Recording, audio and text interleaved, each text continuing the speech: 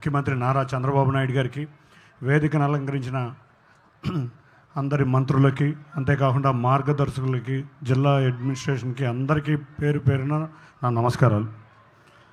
ఇవాళ గౌరవ బాబు జగజ్జీవన్ గారి జయంతి సందర్భంగా ఎక్కడైతే ఎస్సీ సామాజిక వర్గం, వెనుకబడిన సామాజిక వర్గం ఎక్కువగా నివసించే నందిగామ నియోజకవర్గంలో ప్రజావేదిక పెట్టి ఆయనకి ఘనంగా నివాళులు అర్పిస్తానికి ఇక్కడికి వచ్చిన ముఖ్యమంత్రి గారికి మరొక్కసారి నమస్కరిస్తున్నాను. ఇవాళ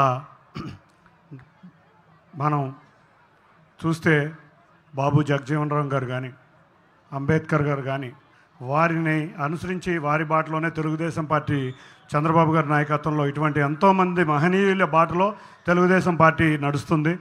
ఎందుకంటే మనమే చూసాం, దేశంలో అత్యున్నత పదవైన లోక్సభ స్పీకర్ బాలయోగ్ గారికి ఇచ్చారు. ఇక్కడ వేదిక మీద ఉన్న హోమ్ మినిస్టర్ గారు కానీ, బాల వీరాంజనేయ స్వామి గారు కానీ అందరూ కూడా వెనుకబడిన అంటే ఎస్సీ సామాజిక వర్గం నుంచి వచ్చిన వాళ్ళని ఎక్కడ మంచి పదవుల్లో కూర్చోబెట్టడం, సామాజిక న్యాయం చేయటం అనేది చంద్రబాబు నాయుడు గారికి చెల్లుబాటు అవుతుంది. అది తెలుగుదేశం పార్టీ ఒక్కరి వల్లే అయ్యే. అంతేకాకుండా సార్, మీరు విజన్ 2020 అంటే మేమందరం కూడా ఎక్కడో ఈసారి ఏదో చెప్తున్నారు విజన్ 2020 అని, మేము ఆ రోజు యువకుల కింద వచ్చాం. నిజంగా ఆ విజన్ 2020 ఫలాలు అనుభవించిన వాళ్ళం నేను కూడా ఒకడిని. తప్పకుండా ఇవాళ హైదరాబాద్లో మీరు ఐటీ పరిశ్రమలు తెచ్చారు, ఫార్మా ఇండస్ట్రీ తెచ్చారు, కన్స్ట్రక్షన్ ఇండస్ట్రీ బాగుంది, స్పోర్ట్స్ విలేజ్ కట్టారు. ఇట్లా హైదరాబాదు గతే కాకుండా ఉమ్మడి ఆంధ్రప్రదేశ్లో ఎంతోమంది విద్యార్థులు ఆ రోజు ఐటీని అభ్యసించే విధంగా ఇంజనీరింగ్ కాలేజీలు పెంచి ఇక్కడ ఉన్న ప్రాంతంలో అగ్రికల్చరల్ ఫ్యామిలీస్ నుంచి మధ్యతరగతి, బిలో మధ్యతరగతి నుంచి ఉన్న యువకుల్ని ఎంతోమందిని మీరు ఇవాళ అమెరికాలో కానీ, బెంగళూరులో కానీ, హైదరాబాద్లో కానీ చక్కటి ఉద్యోగాలు చేస్తున్నారు, బాగా సంపాదిస్తున్నారు. మొన్న కూడా మీరు ఒక మంచి డైలాగ్ కూడా చెప్పారు, కర్మభూమిలో ఉండండి, జన్మభూమికి కూడా సేవ చేయమని చెప్పారు. తప్పకుండా ఇక్కడ ఉన్న ప్రాంత ప్రజలు ఎక్కువ మంది అదే విధంగా కూడా కృషి చేస్తున్నారు. అదే విజన్తో మీరు 2047 స్వర్ణాంధ్ర, ఈ స్వర్ణాంధ్రప్రదేశ్ 2047 వికసిత్ భారత్ ప్రధానమంత్రి గారు నరేంద్ర మోడీ గారు మీరిద్దరూ కలిసి ఇవాళ రాష్ట్రాన్నే కాదు దేశాన్ని కూడా ఎక్కడైనా మనం అభివృద్ధిలో బాటలో తీసుకెళ్ళి సూపర్ పవర్ తీసుకెళ్లే విషయంలో మీ ఇద్దరి కృషి అమోఘం. మీ ఇద్దరు కూడా, మేమెవరం కూడా మీ ఇద్దరికి మీ అడుగు జాడల్లో నడవడానికి మేము చాలా ఆనందంగా ఉంటున్నాం. ఎందుకంటే ఎన్నో గంటలు పనిచేస్తారు.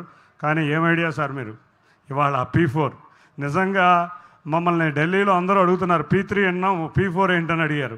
P4 అంటే ఇవాళ మేము ఢిల్లీలో కూర్చుని అందరికీ చెప్పేది ఏంటంటే 20% వెనుకబడి, ఆర్థికంగా బాగా వెనుకబడి ఉన్న వర్గాల వారిని సంపన్న వర్గాలతో మ్యాప్ చేసి ఇవాళ ప్రైవేట్ పార్ట్నర్షిప్పే కాకుండా పీపుల్స్ పార్ట్నర్షిప్తో కూడా మా ముఖ్యమంత్రి గారు ఒక వేదిక చేశారు. తప్పకుండా ఎవరైతే సంపాదించారో సమాజానికి ఆ రోజు అంబేద్కర్ గారు ఒకటే మాట చెప్పారు, పే బ్యాక్ సొసైటీ.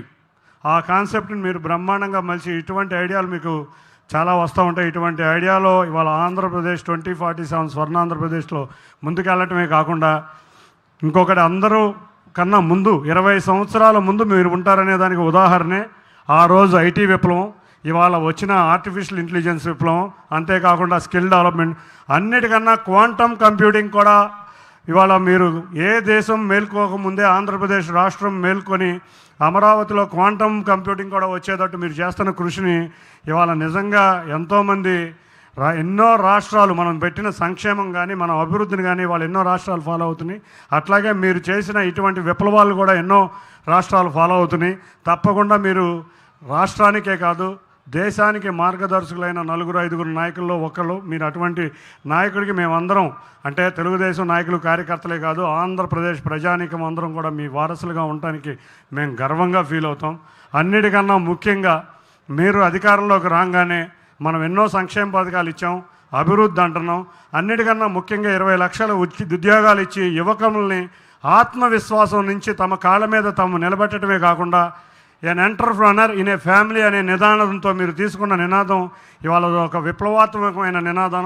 అది ఆంధ్రప్రదేశ్ గతిని మార్చబోయే నినాదం. తప్పకుండా మీ ఆశీర్వచనాలు, మీ యొక్క గైడెన్స్ వల్ల ఆంధ్రప్రదేశ్ రాబోయే కాలంలో 2047 కాదు 2035కే అగ్రగామి రాష్ట్రంగా వెలుగొందుతుందని మా అందరి కూడా మాకు ఆలోచన. అంతేకాకుండా ఇవాళ మొన్నటిదాకా అమరావతి, పోలవరం, ఇవాళ గోదావరి, బనకచెర్ల, ఇవాళ రాయలసీమని హార్టికల్చర్ హబ్గా చేయాలనే మీ ఆలోచనలు చూస్తుంటే ఇటువంటి ఆలోచనలతో పాటు ఈ P4 ఈ స్వర్ణాంధ్రప్రదేశ్ ఆలోచనలతో ఆంధ్రప్రదేశ్ రాష్ట్రానికి ఏమీ డోకా లేదు.